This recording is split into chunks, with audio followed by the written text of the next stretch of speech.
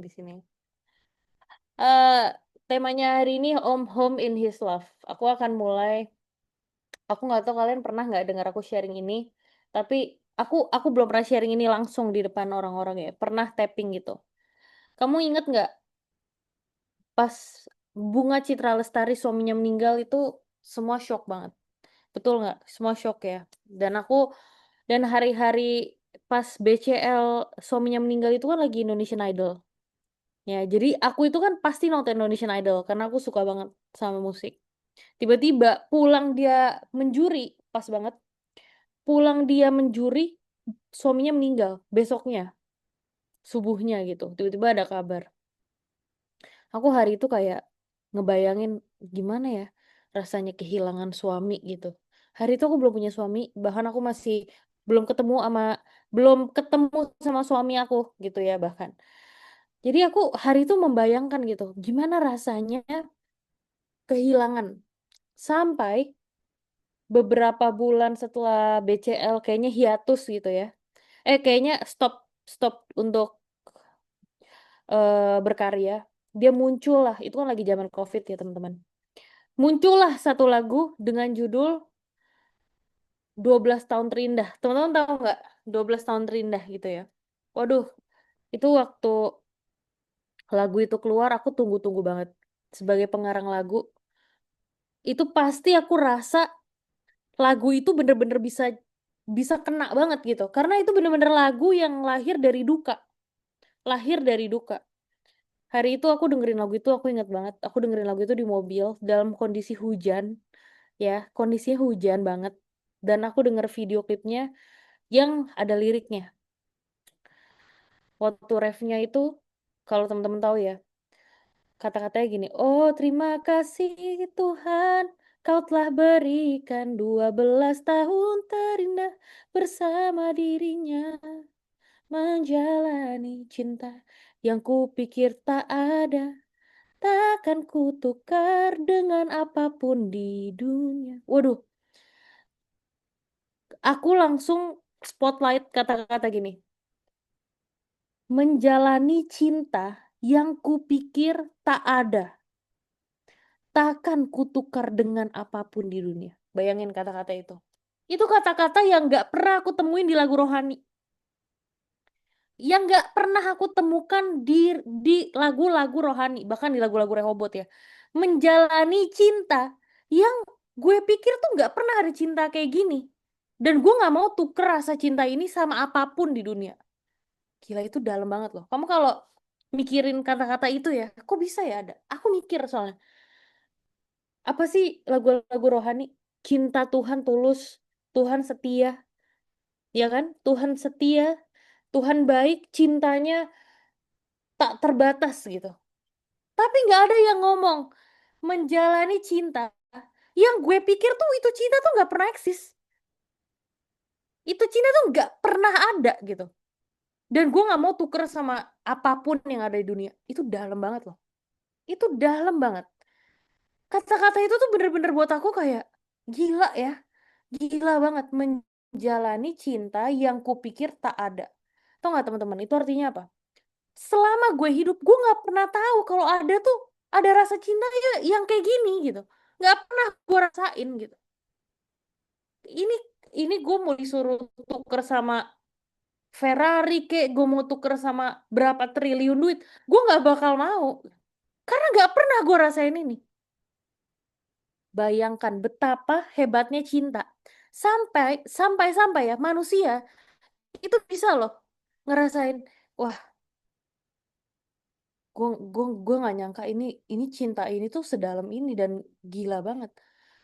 Aku dalamin lagi lagu ini di kehidupan aku ya. Aku ngebayangin gila ya, emang emang aku tuh nggak bisa. Ternyata tuh aku nggak bisa hidup tanpa Joses gitu. Ya ampun sweet banget sih. Cuman ya aku kan kayak mendalami gitu kan. Ih, coba deh aku pikir bisa nggak ya? Aku tuker rasa cinta aku sama yang lain gitu. Joses nggak ada gitu. Gila itu nggak kepikiran. Aku langsung kayak, aduh gue nggak bisa hidup tanpa dia gitu. Karena ada sesuatu yang yang nggak bisa didapetin sama yang lain.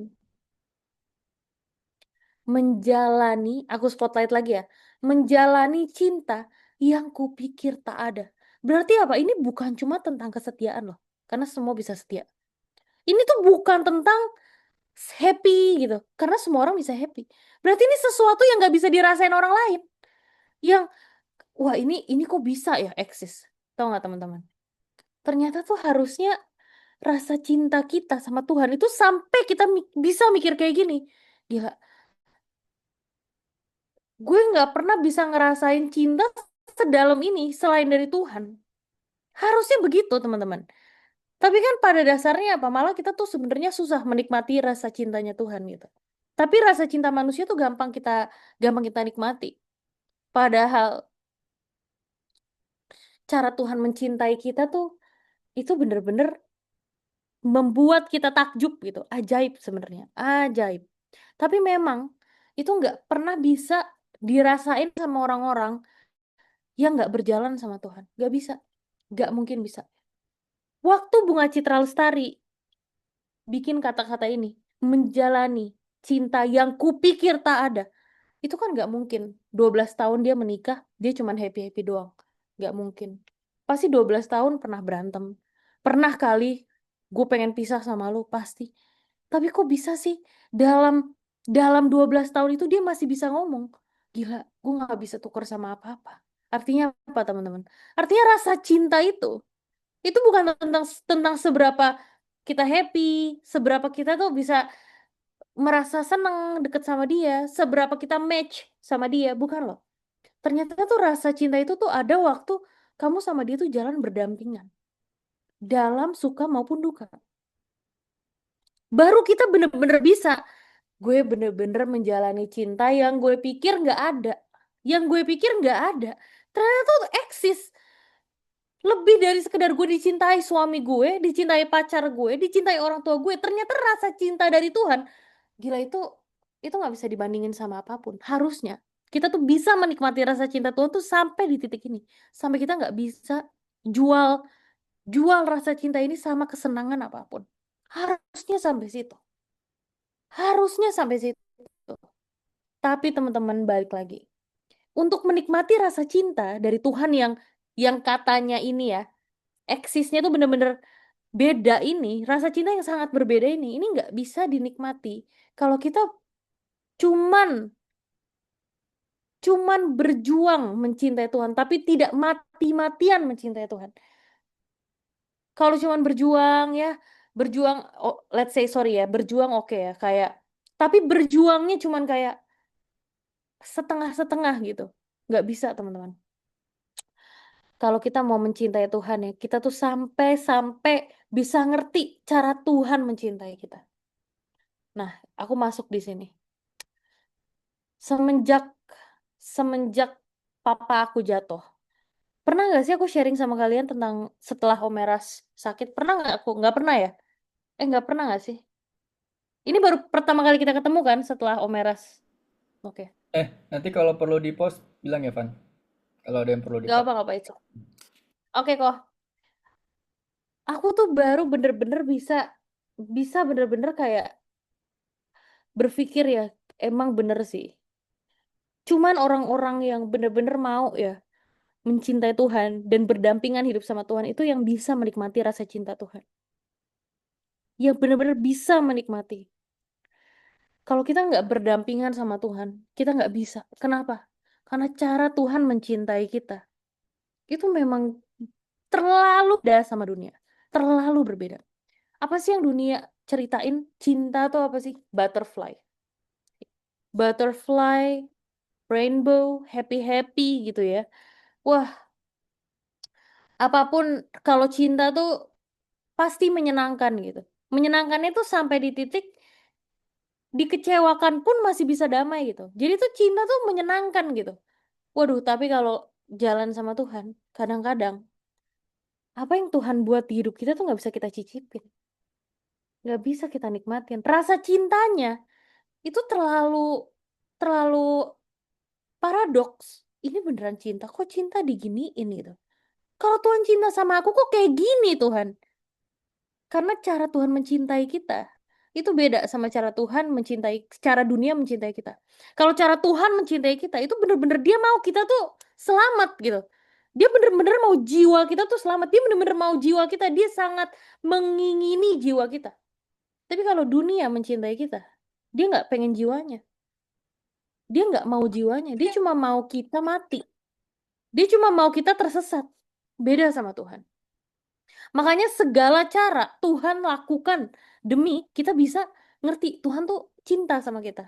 Salah satunya teman-teman, waktu Om Eras jatuh. Waduh, waktu Om Eras jatuh tuh kalau teman-teman tahu kan tadi tadi tadi Thomas chat di mana di chat ini di chat Zoom bilang gini, sampai Om Eras telepon gitu ya. Waktu itu Zoom sampai Om Eras telepon cari kapan pulang. Betapa aku intim sama papaku. Aku tuh kayak pacar dia. Waduh, dia sayang banget sama aku. Aku deket banget sama dia. Orang nggak bisa sentuh aku. Bener-bener aku tuh mutiaranya Pak Eras. Jreng tiba-tiba Pak Eras jatuh. Waduh, aku lagi di kantor, Pak Eras jatuh. Aku bener-bener kayak bayangin lagi lagi pelayanan, bukan nggak melakukan segala kejahatan, bahkan jatuhnya di tempat di mana sekolah itu dia yang bentuk juga untuk orang-orang yang nggak mampu gitu. Kok Tuhan bolehin itu terjadi? Kok bisa Tuhan? Bayangin teman-teman, kenapa jatuhnya nggak di MAG aja? Kita langsung bisa bawa ke mitra keluarga. Kenapa jatuhnya di Kupang? Dan itu dalam banget di mana rumah sakit aja. Itu baru dibangun 3 bulan. Dan kalian harus tahu, Pak Eras itu pasien pertama yang datang ke rumah sakit itu. Bayangin, bukan 3 bulan bahkan. Rumah sakit di situ baru launching, baru grand opening 1 bulan yang lalu. Itu seakan-akan ya, rumah sakit itu memang dibuat untuk Pak Eras gitu. Bener-bener aku juga shock sih. Jadi ada rumah sakit yang dekat sama sekolah yang baru dibangun 1 bulan. Dan Pak Eras itu pasien pertama yang masuk situ. Bayangin kalau rumah sakitnya nggak ada sama sekali, dia harus ke kota berapa jam.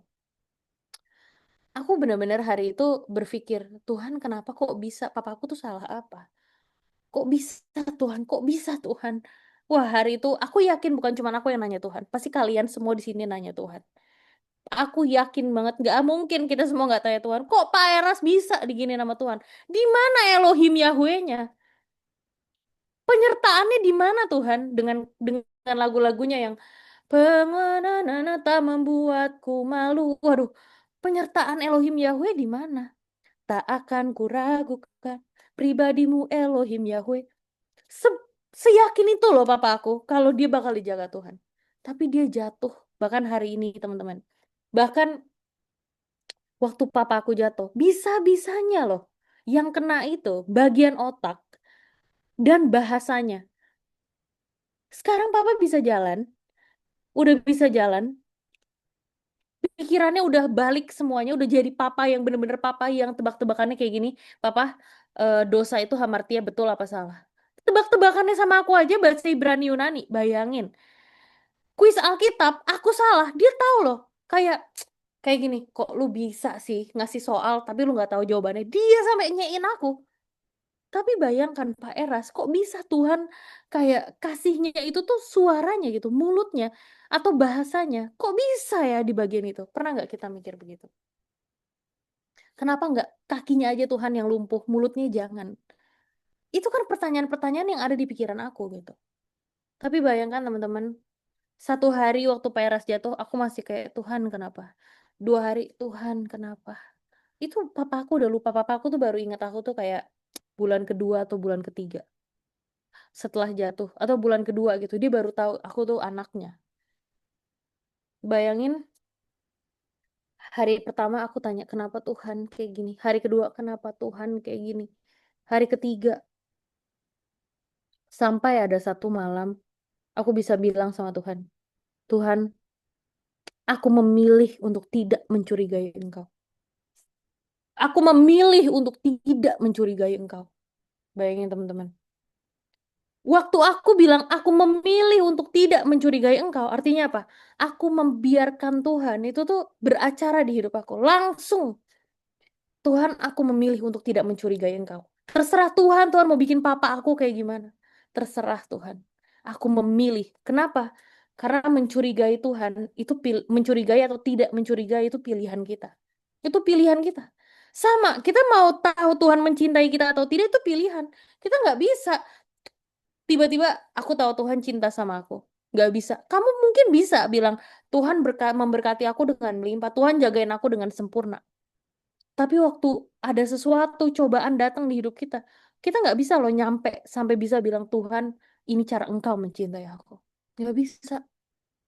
Karena kita terlena dengan cara mencintai dunia. Ya, cara mencintai Tuhan ya yang penting aku dijagain, aku baik-baik aja. Aku punya masalah, tapi ya aku tetap bisa berjalan apa adanya. Waduh, nggak bisa teman-teman. Kita harus sampai di titik di mana memang Tuhan tuh beracara di hidup kita.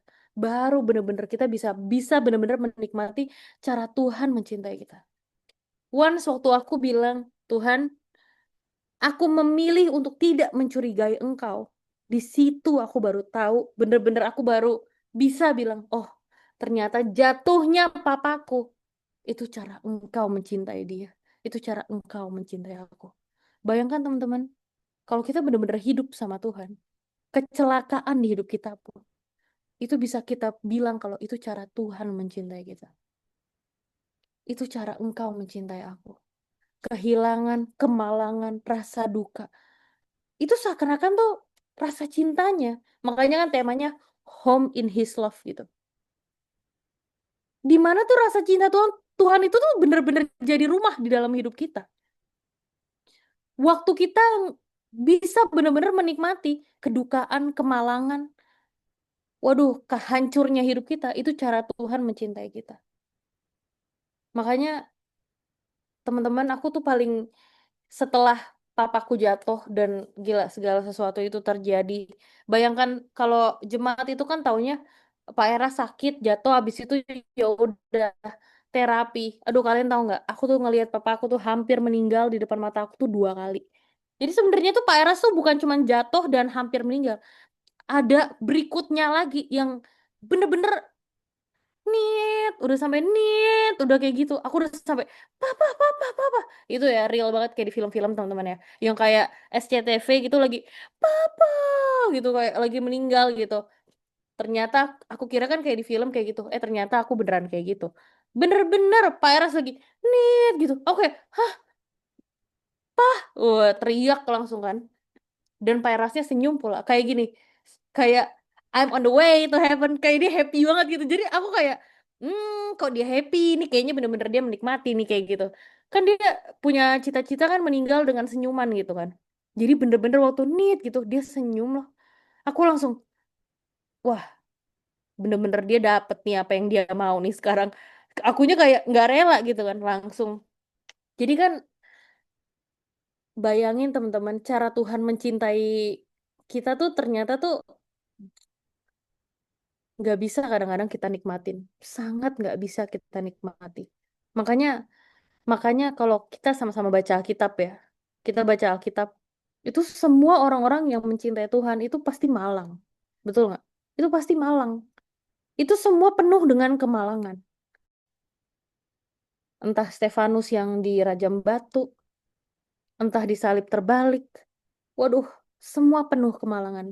Tapi apakah semuanya menyesal ikut Tuhan? Apa mereka waktu dikejar-kejar sama tentara, dikejar-kejar sampai nggak punya rumah, sampai masuk penjara, apa mereka bilang, Tuhanku nggak hidup, Tuhan tidak mencintai aku. Mereka malah bisa apa? Malah mereka makin semangat buat mencintai Tuhan. Mereka malah makin mau mencintai Tuhan. Kenapa? Karena mereka menikmati rasa cinta Tuhan yang dunia nggak bisa kasih. Itu bisa dicicipin sama orang-orang yang memang berjalan sama Tuhan, yang bareng-bareng sama Tuhan, yang menjadikan rumah. Tuhan tuh rumahnya kita. Rasa cinta Tuhan tuh ada dalam hidup kita, menjadi satu-satunya rumah di hidup kita. Dan itu apa teman-teman? Itu pilihan. Itu pilihan. Itu nggak bisa dibuat-buat kayak go with the flow gitu. Aduh, dulu ya, mungkin aku dulu udah ekstrim. Teman-teman pasti tahu juga gitu dari khotbah-khotbah aku udah cinta sama Tuhan. Tapi setelah papaku sakit, ya ampun, rasa apa cara aku memandang tuh langsung berubah, sangat berubah. Ternyata bener-bener kita tuh nggak bisa go with the flow. Kayak yang penting cinta sama Tuhan, jalan apa adanya, makin cinta tiap hari. Enggak, kita tuh harus gila, kita tuh harus memang psycho gitu. Bener-bener gila sama Tuhan.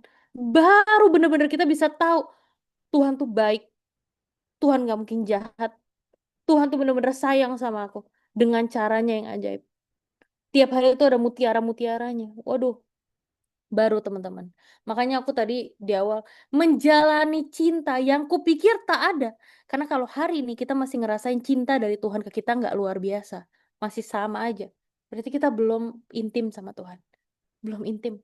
Kalau kita belum mengagumi, kalau kita belum sampai kagum dengan apa yang Tuhan perbuat di hidup kita tuh masih biasa aja. Kita sebenarnya belum pol sama Tuhan, belum pol sama Tuhan. Rasa kagum kita tuh bukan waktu Tuhan memberkati kita, Tuhan menjaga kita. Waduh, bersyukur banget Tuhan kasih jodoh yang baik. Bersyukur banget Tuhan. Waduh, Tuhan jagain semuanya. Harus bener-bener pol. Pol itu sampai apa sih? Sampai kita dipukulin pun, sampai kita jadi orang yang paling malang pun.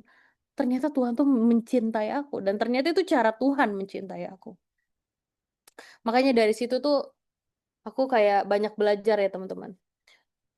Dan aku mau sharing, aku hari ini sharing pasti sebentar ya. Biar teman-teman juga bisa nanya-nanya aku. Aku lebih seneng kalau sama Home Nusantara 3 ngobrol-ngobrol ya. Dari dulu kan kayak metodenya lebih ke ngobrol baru keluar semua gitu di sini. Jadi kayak pertama teman-teman yang kalian harus ingat bahwa kalau kita mau mengagumi cinta dari Tuhan, kita nggak bisa jalan sendirian. Kita harus bener-bener berdampingan sama Tuhan. Dan rasa cinta yang Tuhan kasih itu nggak mungkin biasa aja, nggak mungkin. Pasti luar biasa. Kalau katanya Unmesh gitu ya, cinta luar biasa gitu, itu real gitu ya. Kalau dari Tuhan itu benar-benar nggak mungkin nggak luar biasa. Tapi luar biasanya, itu pasti ada dalam kemalangan, kesusahan. Itu nggak mungkin dalam happy-happy terus. Itu pasti ada sesuatu yang Tuhan tuh ajarin di hidup kita sampai kita makin cinta sama Tuhan. Yang kadang-kadang nggak bisa kita cicipin. Jadi itu yang pertama. Tuhan itu selalu punya cara mencintai yang berbeda. Ingat teman-teman, Tuhan itu selalu punya cara untuk mencintai yang berbeda. Yang kedua, teman-teman, ini mungkin karena aku baru baru melahirkan dan aku baru jadi ibu. Jadi itu aku benar-benar baru tahu lah ya betapa ajaibnya gitu ya. Tuhan tuh ngobrol sama aku selama aku hamil. Bayangin teman-teman, aku tuh hamil itu real banget di Singapura dan sambil urusin Om Eras gitu. Jadi aku bilang tuh sama Tuhan, Tuhan aku nggak bisa nih ngejaga bayi aku karena lagi ngejagain bayi besar gitu, Om Eras gitu. Jadi aku bilang Tuhan jagain bayi aku di perut karena aku harus jagain Om Eras. Jadi selama aku hamil, aku nggak bisa makan daging, aku nggak bisa makan sayur. Bayangin itu gizi apa yang masuk ke dalam perut aku? Nggak bisa makan daging, nggak bisa makan sayur, nggak bisa cium sayur. Jadi apa? Aku tiap hari di Singapura makan nasi sama ikan asin yang dibawa dari orang dari Jakarta. Jadi kalau orang dari Jakarta datang Singapura minta apa? Aku minta ikan asin. Minta ikan asin yang dipotek-potek dicampur sama nasi. Nggak ada gizinya sama sekali. Nggak ada buat anak aku ya. Bayangin teman-teman, ternyata aku bener-bener baru realize gitu ya. Betapa hebatnya Tuhan. Waktu aku tuh berpikir, gila anak di dalam perut aku gitu ya, itu kan dalam kegelapan. Di dalam kegelapan, aku kasih dia makan loh. Di dalam kegelapan, itu aku kasih dia makan. Tetap dipelihara sama aku. Dalam kegelapan. Aku berpikir di situ, gila ya ternyata kadang-kadang kita di dalam kemalangan, Tuhan itu menjaga kita. Di dalam kesusahan kita, Tuhan itu menjaga. Sama kayak seorang ibu yang tetap kasih makan di dalam kegelapan. Anak aku juga kagak tahu. Kagak ada apa-apa di dalam, cuma ada tali pusar yang nyambung sama aku. Bayangin, dalam kegelapan, dia diberi makan. Kita, teman-teman, dalam kegelapan kita, kehidupan kita yang mungkin gak asik, di dalam kemalangan hidup kita. Itu Tuhan selalu kasih berkat yang hebat di dalam hidup kita. Jadi yang pertama, teman-teman, Tuhan punya cara mencintai yang berbeda. Yang kedua apa? Di dalam kemalangan kita, di dalam kesusahan kita, di dalam kegelapan di hidup kita, Tuhan tetap mencintai kita. Tuhan tetap memberkati kita.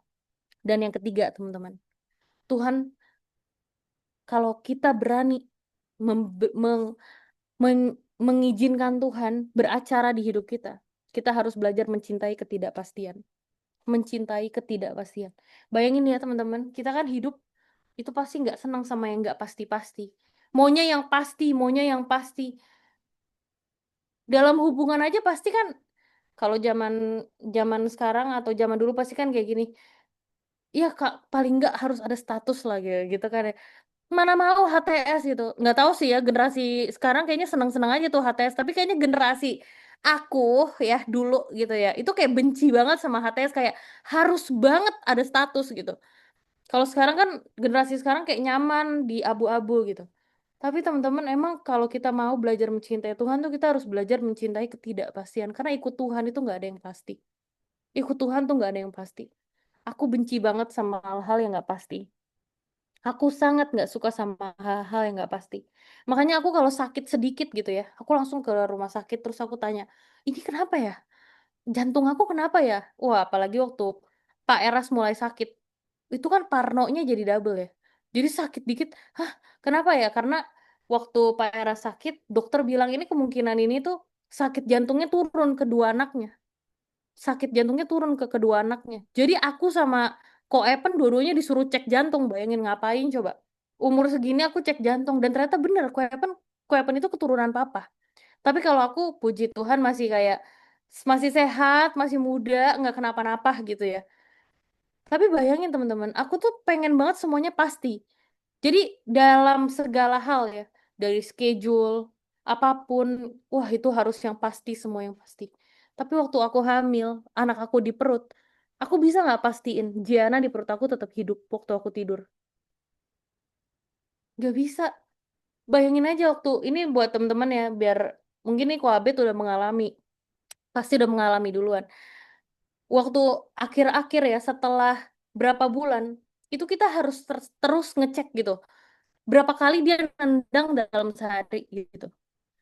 Berapa kali dia nendang dalam sehari. Pokoknya kalau kurang dari berapa, harus dibangunin gitu. Harus dibangunin. Aku kan kayak, kalau kita tidur, aku tidur aku mana tahu dia nendang apa enggak gitu. Aku cuma taunya setiap ke MAG, lagi present worship, pasti bayi aku nendang. Itu kocak banget sih. Mungkin suaranya kenceng banget, jadi dia setiap present worship nendang gitu. Tapi sisanya teman-teman, aku nggak tahu sama sekali dia ngapain di perut aku.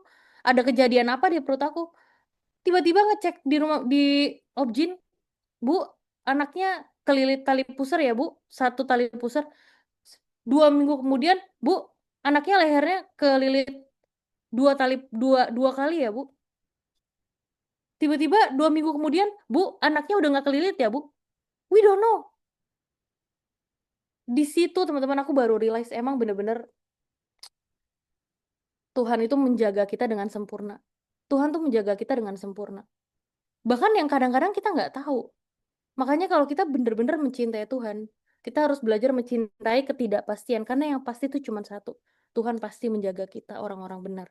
Tuhan tuh pasti menjaga orang-orang yang mencintai Tuhan. Tuhan tuh pasti menjaga kesayangannya. Jadi kalau kita benar-benar ngomongin tentang cinta, itu cuma satu ceritanya.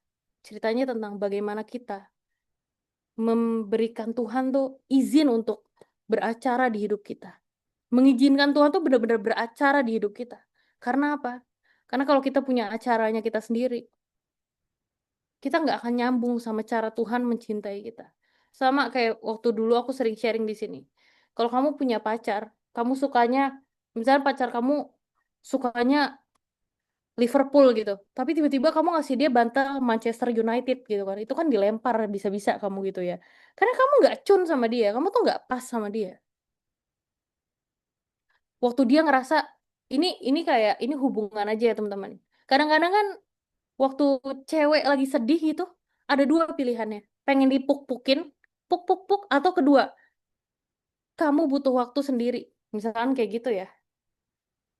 Jadi, kalau misalkan gak nyambung, tiba-tiba kamu lagi pengen sendiri, tapi dia malahan, aku temenin kamu di sini, aku temenin. Jadi nggak cun kan teman-teman. Kenapa? Karena emang caranya salah.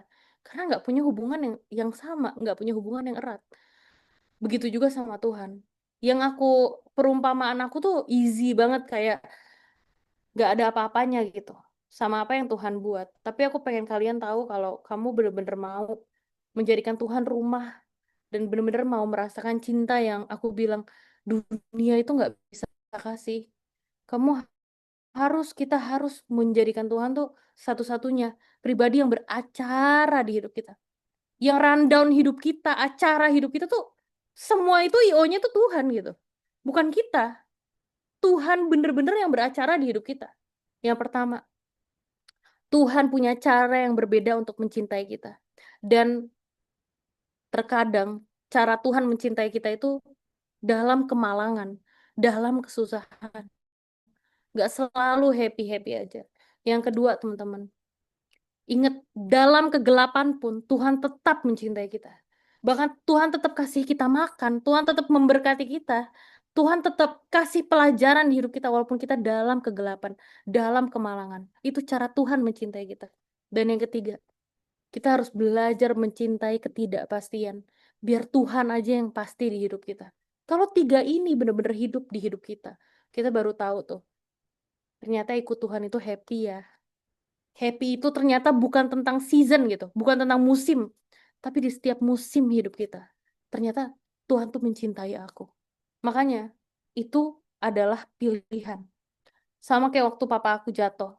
Aku punya pilihan untuk aku nggak percaya deh kayaknya sama Tuhan lagi. Udah cukup deh Tuhan.